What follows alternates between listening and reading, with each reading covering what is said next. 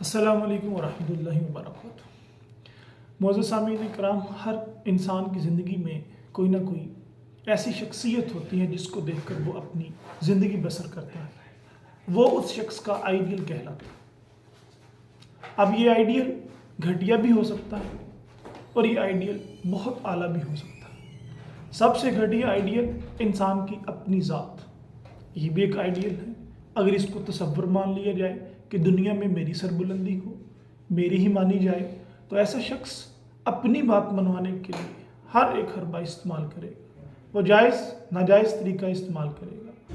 وہ اگر جھوٹ بولنے کی نوبت آئے گی تو بھی گریز نہیں کرے گا۔ وہ کسی کو دھوکہ دے تو ایسا بھی ممکن ہے، کیونکہ مقصد اپنی حریم ذات ہے، اسی کے گرد چکر لگاتا ہے۔ اس سے ذرا اوپر آئیڈیل مقرر کر لے تو وہ ہے قوم پرست، پیٹروٹزم، حب الوطنی۔ ایسا شخص اپنے آپ کے ساتھ مخلص ہوگا اور ساتھ میں اپنی قوم کے ساتھ مخلص ہوگا۔ یہ اپنی قوم سے کبھی جھوٹ نہیں بولے گا، کبھی فریب نہیں کرے گا، کبھی دغا بازی نہیں کرے گا، لیکن اپنی قوم کی سربلندی کے لیے دوسری قوموں کے ساتھ یہ سب کچھ کرے گا، کیونکہ آئیڈیل کیا ہے؟ اس کی اپنی قوم۔ اس سے بڑھ کر ہم اگر چلتے ہیں تو وہ ہے ہیومنسٹ۔ ایسا شخص جو ہیومنسٹ ہے وہ اپنے مذہب کے لوگوں کے ساتھ، اپنی قوم کے لوگوں کے ساتھ جس طرح مخلص ہوگا، وہ دنیا میں پائے جانے والے تمام انسانوں کے ساتھ اسی طرح ہی مخلص ہوگا۔ جس طرح اس کو اپنی قوم عزیز ہوگی، اس کا مفاد عزیز ہوگا، اسی طرح وہ دوسری قوموں کے ساتھ بھی مل جل کر رہنے کی کوشش کرے گا، ان کے لیے بھی اچھا سوچے گا۔ لیکن اس سے بڑھ کر درجہ ہے وہ ہے نظریہ۔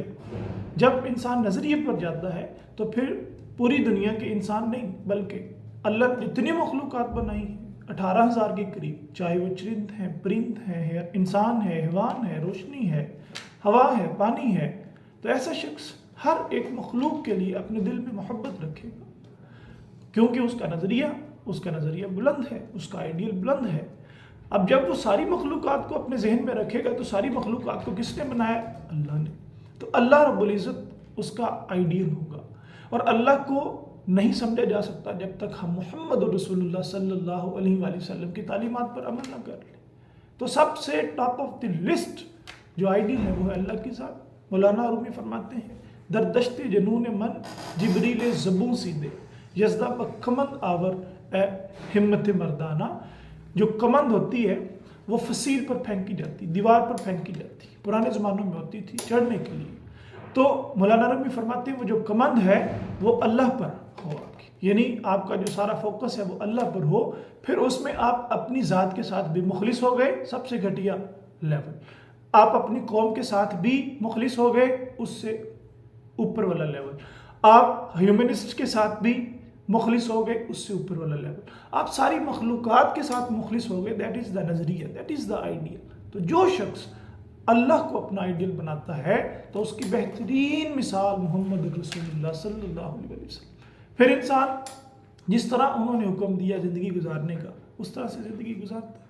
پھر انسان ایک نئی دنیا کی تلاش میں نکلتا ہے۔ اقبال فرماتے ہیں، کوئی قابل ہو تو ہم شانے کئی دیتے ہیں، ڈھونڈنے والوں کو ہم دنیا بھی نہیں دیتے ہیں۔ تو جتنے بھی رہبر، جتنے بھی رہنما، جتنے بھی بڑی شخصیات گزری ہیں، انہوں نے بغیر ٹیکنالوجی کے انہوں نے انقلاب برپا کر کے دکھایا، کیونکہ ان کا آئیڈیل کوئی اور نہیں تھا، ان کا آئیڈیل اللہ تھا، ان کا آئیڈیل محمد رسول اللہ تھا، تو یہ انقلاب برپا کر کے۔ آج ضرورت اس امر کی ہے کہ ہم نے اپنے آئیڈیلز کو متعین نہیں کیا۔ ہمیں اپنے ذہن سے، اپنی سوچ سے، اپنی فکر سے سب سے پہلے اپنا آئیڈیل متعین کرنا ہے۔ آیا کہ ہمارا آئیڈیل کون ہے؟ ہم خود ہیں، یا ہماری قوم ہے، یا انسان ہے صرف، یا ساری مخلوقات ہے، یا پھر ان کا بھی رب ہے؟ تو جب ہم اپنا آئیڈیل صحیح طریقے سے معین کر لیں گے، انشاءاللہ تعالی ہم اپنی زندگی کا صحیح رخ پا جائیں گے۔ تو اقبال کی ساری شاعری انسان کو اس کے رب سے ملانے کے ساتھ آپ پڑھیں، انشاءاللہ اللہ آپ کا ہم ناصر ہو۔ السلام علیکم ورحمۃ اللہ۔